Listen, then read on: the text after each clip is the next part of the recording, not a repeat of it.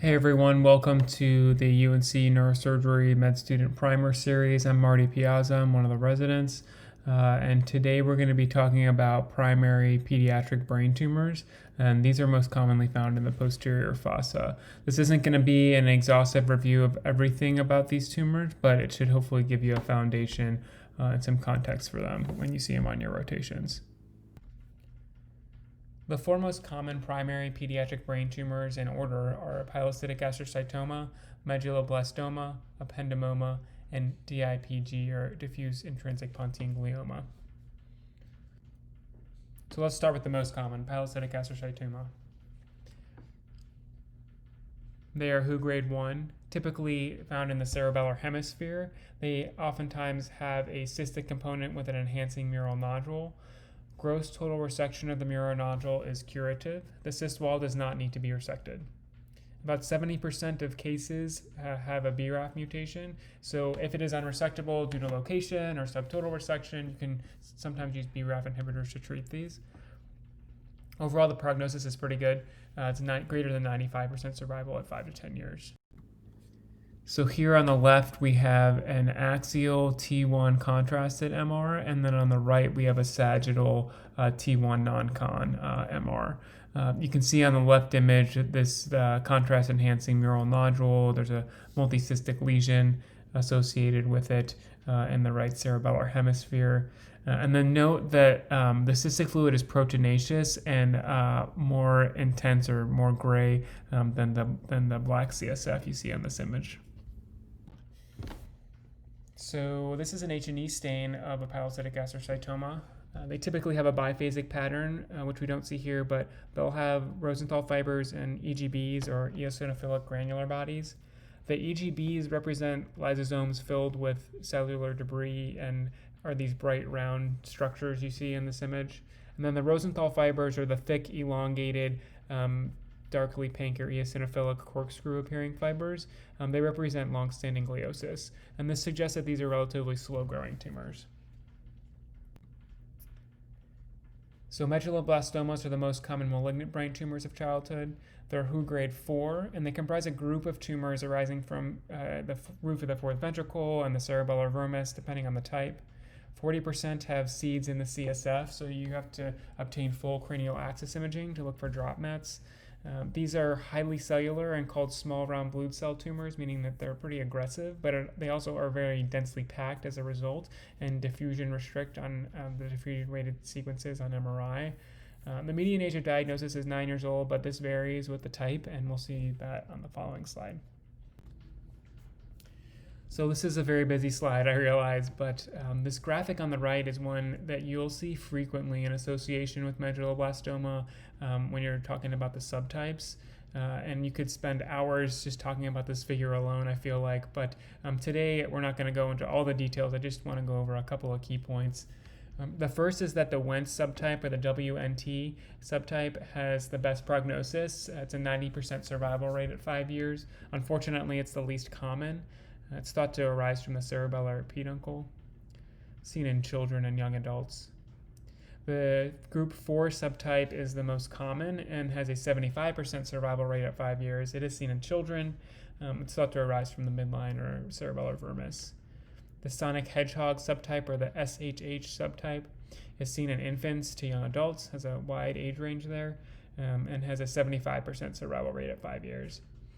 It usually arises from the hemisphere of the cerebellum. Group 3 has the worst prognosis with 40 to 60% survival at 5 years, and it is thought to arise from the midline and is typically seen in infants and small children. These subtypes also have a variety of histological classifications that I'm not going to discuss here, but it can give us some information about prognostication as well. Treatment is multimodal and includes chemotherapy, radiation, and surgery ideally. Prognosis is poor if the patient is less than 3 years old, as the damage from radiation doses needed for treatment on the developing brain are quite significant, and as such, you can't radiate this population. And other poor prognostic indicators are subtotal resection and presence of drop metastases. So another histology slide here.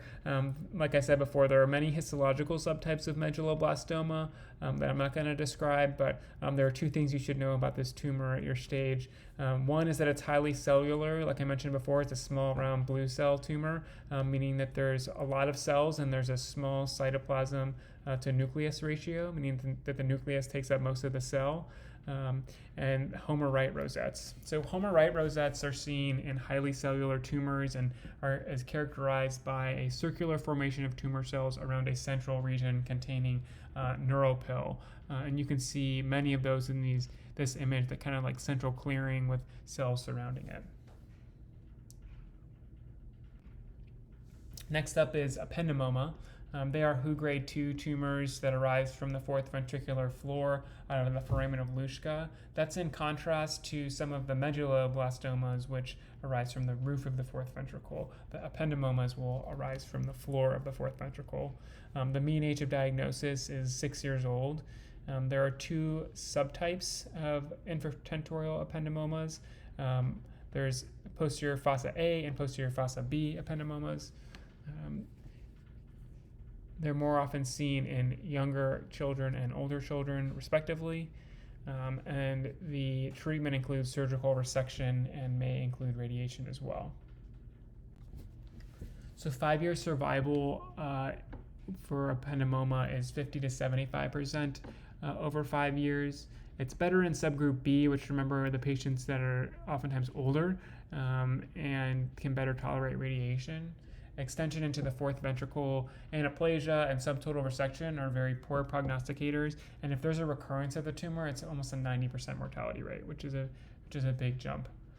Note that, like medullos, these can be midline. However, you can distinguish the two by noting that the ependymoma can squeeze out of the foramen of Luschka laterally, like you see in the image here. So histologically, the most common thing you'll hear in association with ependymoma are perivascular pseudorosettes, and this is where there is a ring of tumor cells kind of orienting themselves around a blood vessel, like you can see here on the lower left of the image. There may also be true rosettes, which you don't see here, but they're essentially a circular orientation of cells around an empty space. So let's talk about DIPG, or diffuse intrinsic pontine glioma. These are very bad expansile infiltrative pontine gliomas that carry with them a very poor prognosis of 90% mortality rate in 2 years. They often have an H3K27M mutation, which is a histone mutation. Surgery is not an option for these patients, as this is a diffuse tumor in the brainstem, and so surgical resection will be non-curative and will also be quite morbid. So we will not operate on these unless there's a need for a biopsy, which can sometimes be helpful if it's not clear on imaging if this is a DIPG or not. So therapy at this point in time is palliative in nature and involves chemotherapy and radiation. Here are our references. And if you'd like more information on future educational content we'll be releasing, please follow us on Twitter at UNC Neurosurgery. Thanks for watching.